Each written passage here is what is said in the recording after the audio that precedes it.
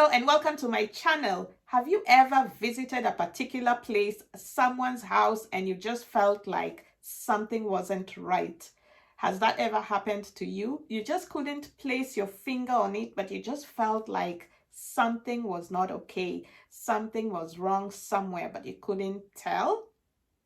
That could be telling you something. That is one of the signs that tells you there is witchcraft activity happening in a particular house or in a particular place. Yes, that is what we'll be talking about today. But before I get into the details of today's topic, I just want to welcome those that are on my channel for the very first time. Welcome, welcome, welcome. So happy to have you on board. For my return viewers and my subscribers, thank you so much for your continued support. I really appreciate it. Now, everyone, as we listen to this discussion, if you like this type of content, do not hesitate to like this video. Also, if you know one or two people that you feel may really benefit from the words in this spiritual insight video, just forward this video to them. Lastly, if you're watching and you've not subscribed, please consider formally joining our growing family through your subscription. Yes. Now, as I mentioned, how can you tell that there is a witchcraft activity in a particular house or in a particular home that you've visited? There are some signs that will point you in that direction. Some signs that will tell you that, yes, there is witchcraft activity associated with a particular house or a particular home that you've been to. I'm just going to go over them one by one and I explain each one for you so that you understand. First one, what happens before you actually go to that house or to that home or to visit that person? Are there certain things that suddenly start happening once you've decided that you're going to go and visit that place, you're going to go and visit that person at their place, at their home, or you're going to go to a particular house? Are there certain things that you can say, this isn't normally what happens, but it happened to us or it happened to me? Did you suddenly miss your flight that you're supposed to take to go on that trip to visit that person or to go to that home or to go to that village? Did you suddenly have a flat tire and you just had, everything checked by the mechanic and everything was okay, and you're suddenly on your way there and you got a flat tire and you're delayed by so many hours? Did you suddenly just have the flight canceled? It's not going again. You have to take another one. You have to look for another alternative. Did you suddenly lose your passport? Or did you suddenly lose your bus ticket? Like those types of things happening are usually signs. Because remember, the spiritual realm is what governs the physical, natural realm. So the moment you've talked with that person and you've agreed that you're going to go there to see them, you're going to go and visit them, you're going to stay there for this, many days or whatever, it's already registered in the spiritual realm. And so your spirit is starting to respond to that. Things are already happening in the spiritual realm. So at times, then, certain things are happening so that you can stop, reflect, and think twice. Okay, that is why these type of things sometimes start happening, right? It's sort of a foreboding for you. It's like this is a warning sign. These are sort of like warning signs for you, right? So that's the biggest sign, is if things start happening before you've actually even gotten there. You're just thinking about it. You're just taking the preparation steps. You're starting to travel there. You're starting to make your way there. And it seems so hard because things are just coming up out of nowhere. And you're like, what's going on? And it's 1, 2, 3 things, right? A flight is canceled, then it's rebooked, then you miss that flight, then you have to look for another airlines, then it's so expensive, and you have to borrow money to be able to, pay for that ticket. Like things happening in that way where it's not normal. So it's a sign, okay? Then number 2, as you get to that place, what happens to your body? Some people are more self-aware than others, but if you take time to think about what happened to your body, is there something that stands out for you? For some people, they suddenly get goosebumps, like especially on their arms, they suddenly just get goosebumps, and the hair at the back of their head just stands, and they can't tell why that happened. So these are some of the little signs. Or other people just start to get a headache. They didn't have a headache before. They've had their regular morning coffee, so it's not, that they've not had their coffee, but they suddenly just get this headache and they can't explain where this headache is coming from. For other people, it's their tummy. They just start, their tummy doesn't feel right all of a sudden. They've just, their feet just got to the front door and suddenly they're having a headache. Suddenly they're having a tummy ache. These types of signs, these type of things are a second sign for you. Just as you're entering into that environment, you're just at the door, you're just entering into that house or into that home, you notice this type of thing, right? And you're like, oh, I didn't have a headache before, I was fine. This headache just came on suddenly. This is your spirit trying to alert you of others, the presence of other types of spirits that it's picking up. So we're spiritual beings, right? And so your spirit is also going to pick up on the presence of other spirits, and especially if these other spirits are not good for you. So that is how your spirit is communicating this information to you in these ways. It's like red flag, red flag, red flag, take notice, pay attention, be aware, right? And then number 3 would be if you have children with you, if children came on the trip with you, take a note of their behavior. How are they behaving? If there are children in that home that you went to visit or you went to that place, how are those children behaving? Just observe these children. If it's a place you're going to and you're watching this video, when you get there, observe the children, because the children will tell you something really, really key. Children who are in a home that has, witchcraft activities, some items from the occult, they are very terrified and they cannot tell you why they're so terrified. They have fear and they cannot tell you why they have fear. It's not about self-confidence. It's just an artificial type of a fear that they have. At times, they cannot go upstairs by themselves, or the light must always be on. They cannot sleep without having the lights on. Like the lights must be left on the whole night while they're sleeping. Like these types of things where you're asking yourself, why are they so scared? Do they watch a lot of these horror, movies or shows, that scary shows? No, it has nothing to do with that.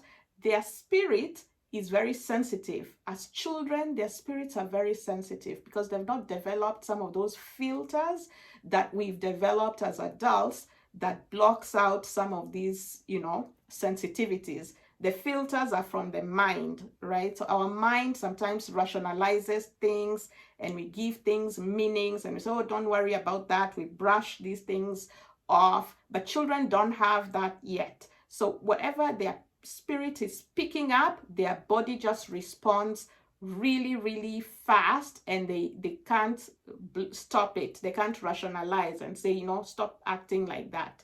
They just act it out. So when they look so scared, when they feel so scared, it's real to them because their spirit is picking up on the presence of these other spirits, the familiar spirits, the monitoring spirits, the divination spirit. So their spirit is picking up on the presence of these other spirits. Okay, and so when you see the behavior of these children, that's a very, very good indication for you about what is present in that home.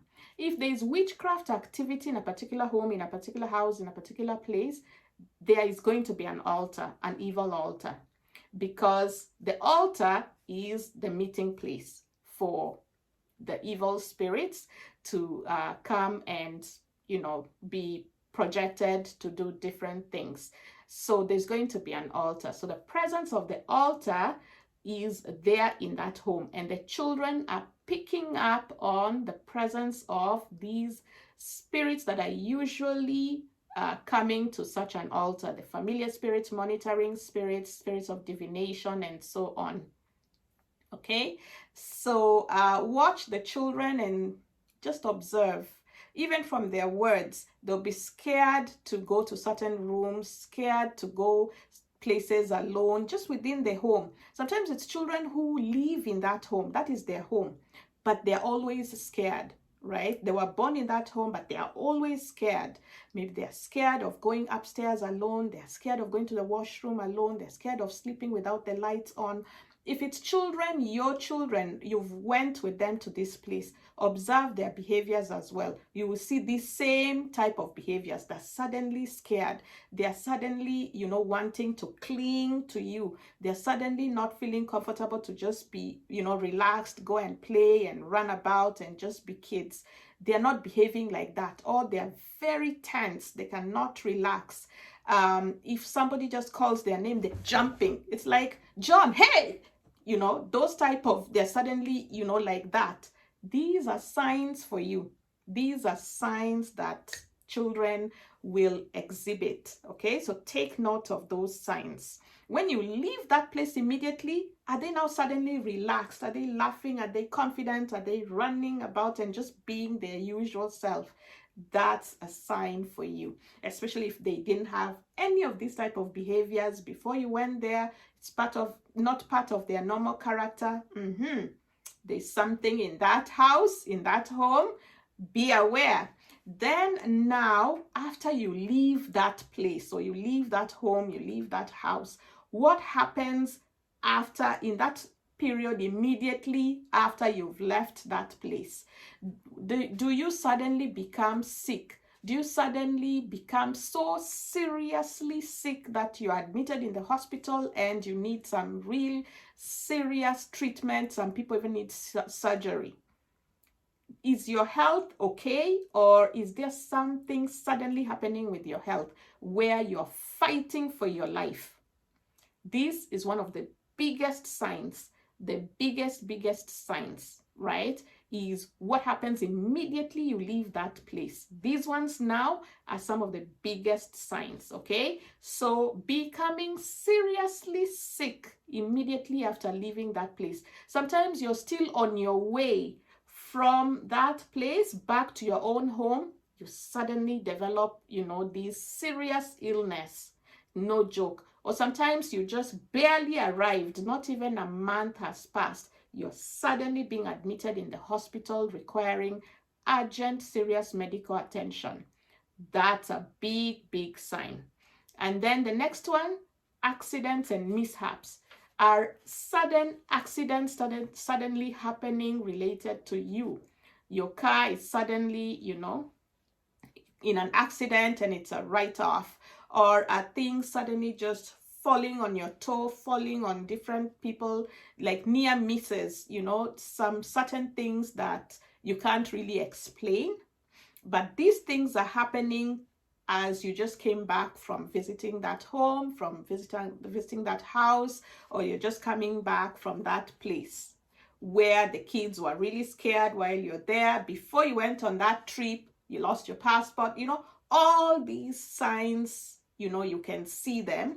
Then all of them together, then it tells you there's a very big likelihood that there is witchcraft involved in that place you just came from, right? So accidents or mishaps, like near misses, that you can really just hold your breath and be like, wow, that was just God. I don't know what that was, these types of things, big sign.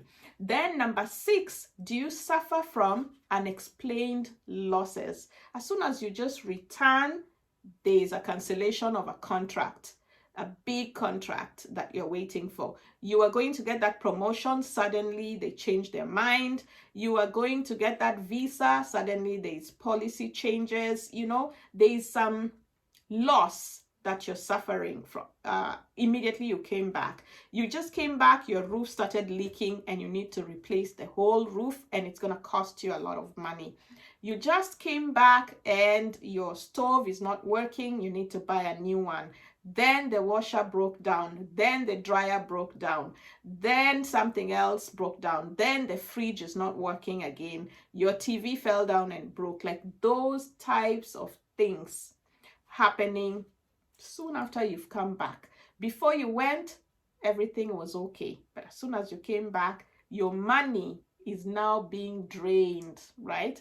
Losses in terms of your money, property, just things happening like that where you're losing, you're not gaining. Very big indication. Then number 7, the last one, dreams. What type of dreams are you now having since you came back from that place, or from that home, or from visiting that person, or from coming even from that church?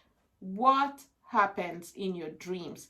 Are you now having strange dreams that you never had this type of dreams before? You can't even understand what these dreams mean. Sometimes in the dream, you see yourself in that place. It looks very dark. There are no windows. You see the people doing some things. You can't understand what they're doing. Or you're visiting that place and something is taken away from you. Like those types of dreams, strange dreams that when you wake up, you feel a little bit disturbed because you're wondering, what type of dream was that? The presence of these strange dreams is just sort of behind the curtain of what is actually happening in the spiritual realm concerning your visit to that home or to that place or to that house. Okay, so your dream is just revealing that. But to you, it will seem like a very strange and weird dream, and you're wondering what the meaning of that is. It is telling you that in that home, there is the presence of witchcraft activities. Okay, so these are the 7 signs to pay attention to in order to tell whether there is witchcraft activities in a particular place, in a particular home, or in a particular environment. These could also, apply to different settings, not just a home or a house. It could apply to a church, the same signs you'd be having. It could apply to a workplace, the same signs would apply. So in general, any place where there's witchcraft activities, this sign would apply to that place. Now, what do we mean by witchcraft activities?